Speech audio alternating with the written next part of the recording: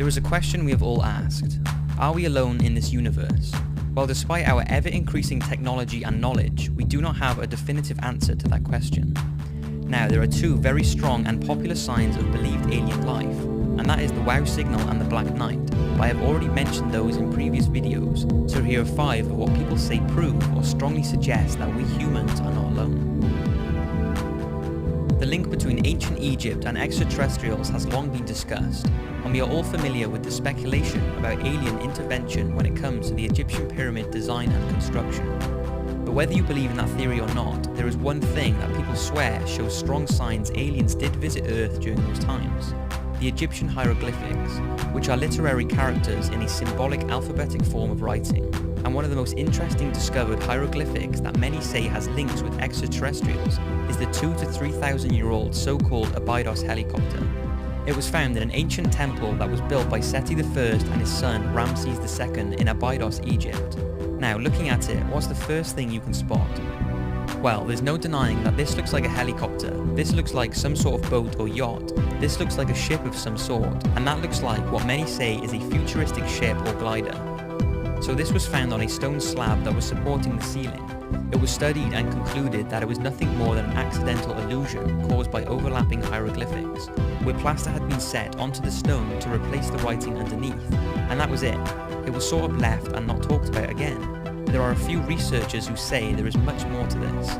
They concluded that if the Egyptians wanted to overlap any existing writing, they would simply replace the limestone. It's believed the hieroglyphics would have been engraved on the ground and then elevated up into position, so if a change needed to be done, researchers say they could have just replaced the block and wouldn't have to replaster it. Then there are those who do not believe it has anything to do with ancient technology. They say if there were vehicles like the ones believed to be shown, then surely there would be a lot more evidence of them and not just on one single inscription. So what do you think of these mysterious hieroglyphics? Is it proof aliens came down during the ancient Egyptian years, or is it nothing more than a coincidence? Astronauts. It's always fascinating when an astronaut argues the existence of aliens, because if anyone has more of a chance of seeing an extraterrestrial, it's going to be astronauts who venture into space. Now, the rumour is that if an astronaut witnesses a UFO or an extraterrestrial being, they cannot report this to the press. But that hasn't stopped them, because over the years, many astronauts have told of encounters with aliens. In June 1965, when astronauts Ed White and James McDivitt were passing over Hawaii in a Gemini spacecraft, they say they witnessed a strange-looking metallic object with long arms sticking from it. McDivitt took pictures, but he said that it did not capture what he could see properly due to the glare and the grubby window. The rumour is that he also took a video, but this has never been released. McDivitt has said that some UFO promoters did exaggerate the story, but debunkers did also underestimate it. Another sighting by astronauts happened in December of the same year. Gemini astronauts James Lovell and Frank Borman saw an unidentified spacecraft some distance from their capsule. The Gemini Control Center told him that he was seeing the final stage of their own booster rocket, but Frank confirmed that he could see the booster rocket and the unidentified object was something completely different, but what exactly it was is a mystery. Now, whether you believe Buzz Aldrin and Neil Armstrong's moon landing was a hoax or not, they both apparently reported that aliens have a base on the moon and were told to get off and stay off.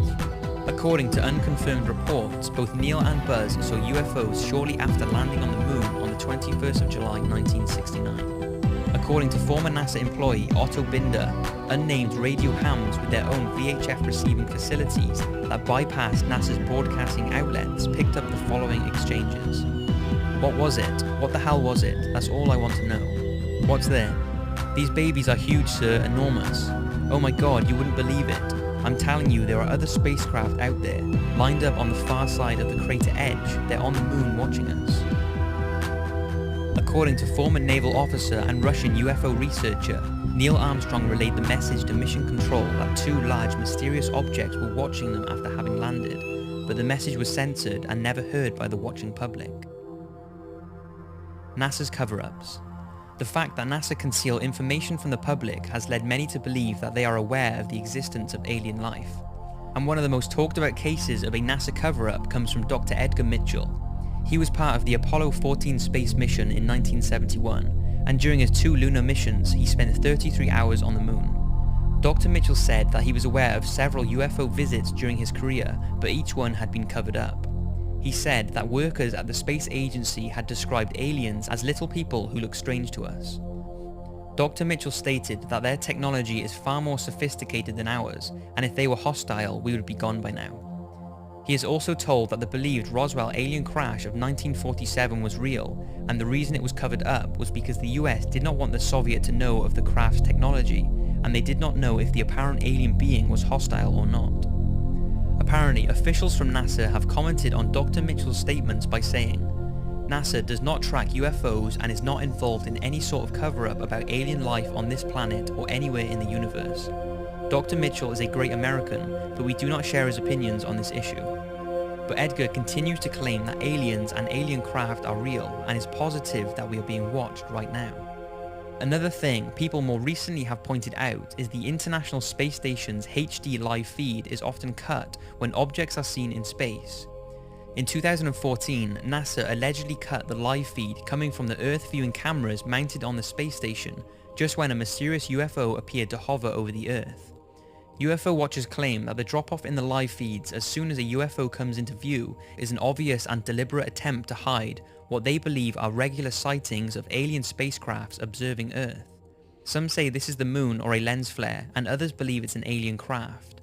Also, UFO watcher Toby Lund apparently spotted a UFO on the live stream outside the space station before the stream was interrupted for around 15 seconds. Needless to say, it's certainly strange that NASA cut the video when things like this happen. Maybe it's just a coincidence due to them experiencing technical difficulties, or maybe they know something that we don't. The size of our universe. Now, even those who do not believe in the UFO or alien photos and videos going around, there are many that say, due to the sheer magnitude of the universe, it's impossible for there not to be another life form. To understand why people say alien life must be out there, you must first realize how big the universe is. It's believed that the diameter of the observable universe is around 28 billion parsecs, which is around 93 billion light years. Now, a single light year is just under 6 trillion miles, which is a ridiculous number. So 6 trillion times 93 billion. And don't forget, that is just what we can observe. And it's not that we don't have the technology to observe any further, it's just that life from other objects hasn't had enough time to reach Earth since the beginning of the cosmological expansion. And with all that, astronomers at the University of Auckland have said that it's believed there are around 50 sextillion planets in the observable universe. Now I will leave you to decide whether you think that only one out of those 50 sextillion planets can harbour any form of life. Some believe that civilizations are currently existing on Earth-like planets right alongside us, and others believe we could even be the bacterias of another life form. Add all of that with the possibility of infinite or multi-dimensions and you take things to a whole nother level. Whether you believe in any of those theories or not, there is absolutely no denying that the universe is incredible and has left us with many unanswered questions. The Men in Black. Now, although this sort of ties in with the thought that NASA are covering things up, the Men in Black deserve a talk on their own. The Men in Black are thought to be government agents who harass or threaten UFO and alien witnesses to keep them quiet about what they have seen.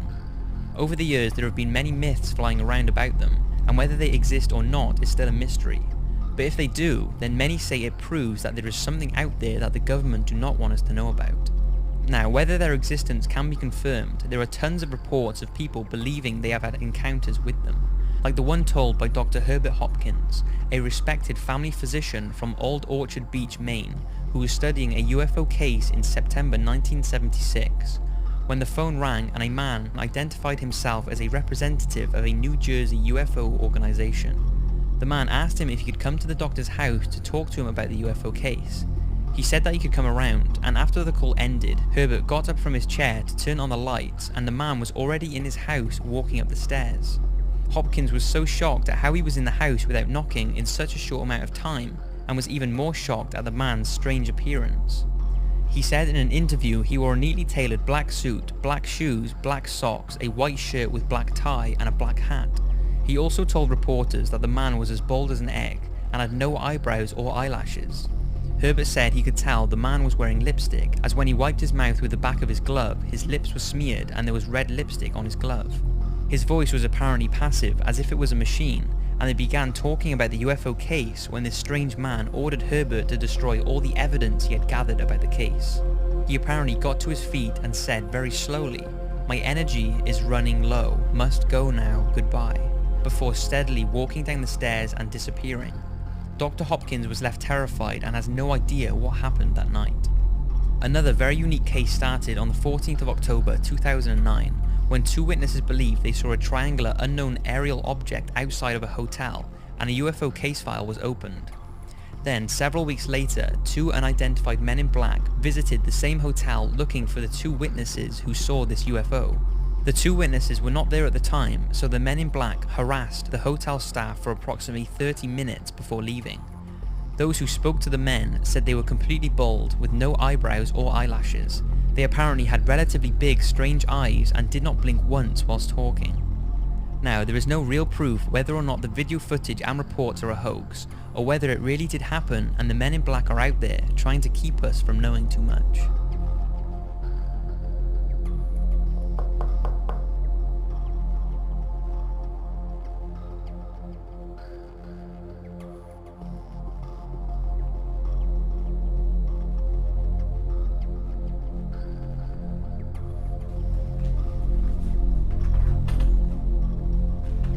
Do you mind if I come in for a quick chat?